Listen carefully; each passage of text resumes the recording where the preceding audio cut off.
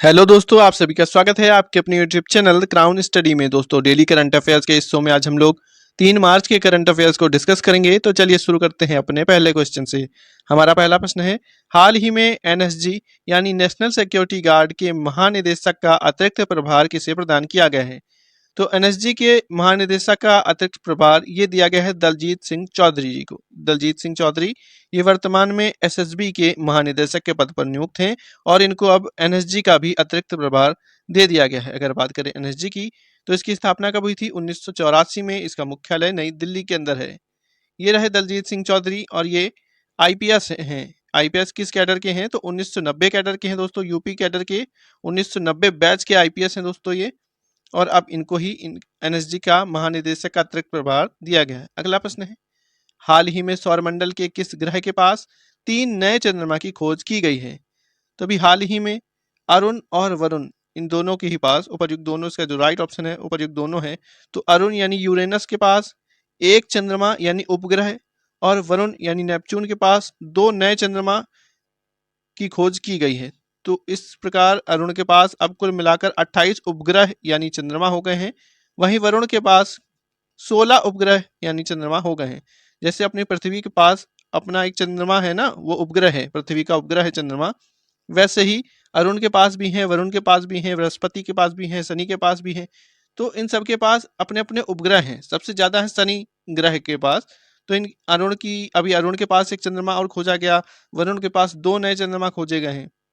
अगला प्रश्न है, हाल ही में भारत ने किस नदी के पानी को पूरी तरह पाकिस्तान जाने से रोक दिया है? तो अभी हाल ही में भारत ने रावी नदी के जल को, जो रावी नदी का पानी है, इसको पाकिस्तान जाने से रोक दिया है। विश्व बैंक की देखरेख में 1960 में सिंधु जल संधि हुई थी। 1960 में सिंधु जल संधि हुई थी, जिसके तहत रावी नदी का जो जल है उसके पानी को यूज करने का भारत के पास विशेष अधिकार है। पंजाब के पठानकोट जिले में दोस्तों शाहपुर कंडी बैराज बनना था। कब बना था? आज से 40-45 साल पहले से उसमें विवाद था, इस वजह से वो नहीं बन पा रहा था, जो कि जम्मू एंड कश्मीर और पंजाब बॉर्डर पर पड़ता है।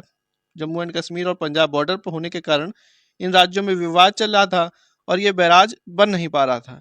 अब ये बन चुका है।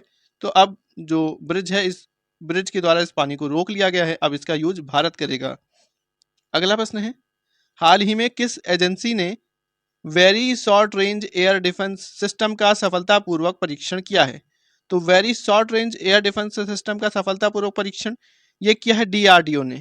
डीआरडीओ ने 28 और 29 फरवरी को 28 और 29 फरवरी को बहुत कम दूरी की वायु रक्षा प्रणाली मिसाइल के 2 सफल उड़ान परीक्षण किए हैं। ये परीक्षण ओडिशा के तट पर किए गए हैं और एक पोर्टेबल लॉन्चर के द्वारा किए गए हैं। अगर बात करें डीआरडीओ की, तो इसकी स्थापना कब हुई थी? 1958 में हुई थी।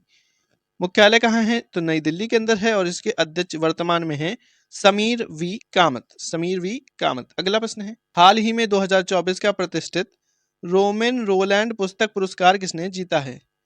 तो रोमेन रोलैंड पुस्तक पुरस्कार ये जीता है पंकज कुमार चटर्जी जी ने।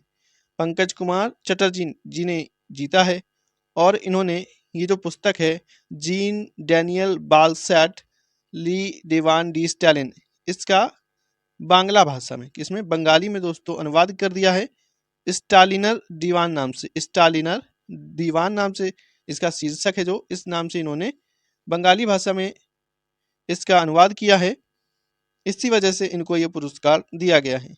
अगर बात करें सुनील मित्तल की, तो इनको नाइटहुड की उपाधि प्रदान की गई है। ब्रिटेन सरकार द्वारा नाइटहुड की उपाधि प्रदान की गई है सुनील मित्तल जी को। और शशि थरूर को फ्रांस के सर्वोच्च नागरिक पुरस्कार से सम्मानित किया गया है। अगला प्रश्न है, हाल ही में खेलो इंडिया यूनिवर्सिटी गेम्स 2024 में पहला स्थान किसने हासिल किया है?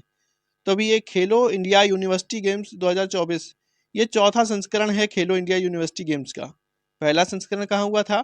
तो 2020 में पहला संस्करण ओडिशा के अंदर भुवनेश्वर में हुआ था और ये इसका चौथा संस्करण है।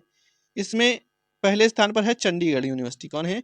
चंडीगढ़ यूनिवर्सिटी है और इसने कुल मिलाकर 71 पदक जीते हैं। कितने पदक जीते हैं? 71 पदक जीते हैं, जिसमें से 32 गोल्ड मेडल जीते हैं, 18 सिल्वर जीते हैं और 21 ब्रॉन्ज मेडल जीते हैं। 32 गोल्ड, 18 सिल्वर और 21 ब्रॉन्ज मेडल। वहीं दूसरे स्थान पर लवली प्रोफेशनल यूनिवर्सिटी रही और इसने कुल मिलाकर 42 पदक जीते हैं, 42 पदक जीते हैं, जिसमें से गोल्ड जीते हैं 20, सिल्वर जीते हैं 14 और ब्रॉन्ज जीते हैं 8। ब्रॉन्ज जीते हैं कितने? 8। तीसरे स्थान पर गुरु नानक देव यूनिवर्सिटी रही है। अगर बात करें खेलो इंडिया यूनिवर्सिटी गेम्स का आयोजन कब से कब तक हुआ, तो 19 से 29 फरवरी के बीच में इसका आयोजन किया गया है। कहाँ पर?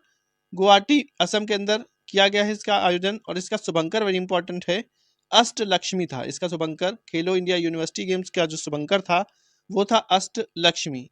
अगला प्रश्न है, हाल ही में सिंदरी फर्टिलाइजर प्लांट का उद्घाटन किस राज्य में किया गया है? तो सिंदरी फर्टिलाइजर प्लांट का उद्घाटन ये झारखंड के अंदर, कहां पर? झारखंड के अंदर किया गया है। प्रधानमंत्री नरेंद्र मोदी जी ने झारखंड के धनबाद में सिंदरी फर्टिलाइजर प्लांट का उद्घाटन किया है। प्लांट का निर्माण 9.47 करोड़ रुपए की लागत से किया गया है। इसका उद्घाटन किया है। शिलान्यास कब किया था? तो 2018 में शिलान्यास किया था सिंदरी फर्टिलाइजर प्लांट का और अब उद्घाटन हुआ है। अगला प्रश्न है, वर्ल्ड एथलेटिक्स चैंपियनशिप 2027 का आयोजन किस देश में किया जाएगा? तो वर्ल्ड एथलेटिक्स चैंपियनशिप 2027 का आयोजन ये किया जाएगा चीन के अंदर। कहां पर किया जाएगा? चीन के अंदर किया जाएगा। और चीन की राजधानी क्या है? तो बीजिंग। चीन की राजधानी बीजिंग के अंदर ये आयोजित होगा। और इस अगर बात करें सबसे पहले कब आयोजित हुआ था, तो ये 1976 में वर्ल्ड एथलेटिक्स चैंपियनशिप 1976 में शुरू हुई थी। और इससे पहले अगर बात करें चीन में कब आयोजित हुई है, 2027 से पहले भी कभी आयोजित हुई है क्या? तो ये हुई है 2015 में। कब हुई है? 2015 में। वर्ल्ड एथलेटिक्स के अध्यक्ष कौन है? सेबेस्टियन कोए। सेबेस्टियन कोए। अगला प्रश्न है, हाल ही में विश्व समुद्री घास दिवस 2024 कब मनाया गया है? तो विश्व समुद्री घास दिवस 2024 ये 1 मार्च को मनाया गया है। 1 मार्च को। इस बार इसकी थीम क्या थी? तो healthy sea grass healthy planet. Healthy sea grass और हेल्दी प्लेनेट ये इसकी थीम थी। दुनिया में समुद्री घास की 60 से अधिक प्रजातियां पाई जाती हैं। 60 से अधिक प्रजातियां पाई जाती हैं समुद्री घास की। संयुक्त राष्ट्र महासभा ने 2022 को इस दिवस को मनाने की घोषणा की थी। अगला प्रश्न है, हाल ही में तेंदुआ रिपोर्ट 2024 के अनुसार भारत में तेंदुओं की संख्या कितनी है? तो तेंदुआ रिपोर्ट यानी लियोपार्ड रिपोर्ट आई है 2024 की। तो इसमें भारत में तेंदुओं की संख्या 13,874 है। कितनी है? 13,874 है। और सबसे ज्यादा तेंदुआ यानी लियोपार्ड कहाँ पाए गए हैं? तो ये पाए गए हैं मध्य प्रदेश में 3907। वहीं दूसरे नंबर पे महाराष्ट्र में है 1985 और तीसरे में कर्नाटका में है। अगर बात करें सबसे कम तेंदुए कहाँ पाए जाते हैं, तो ये पाए जाते हैं अरुणाचल प्रदेश के अंदर। अरुणाचल प्रदेश के अंदर कितने? 42, ओनली 42। दोस्तों अगर वीडियो अच्छा लगा हो तो वीडियो को लाइक करें, शेयर करें, चैनल को सब्सक्राइब करके बेल आइकन दबा दें। Thank you.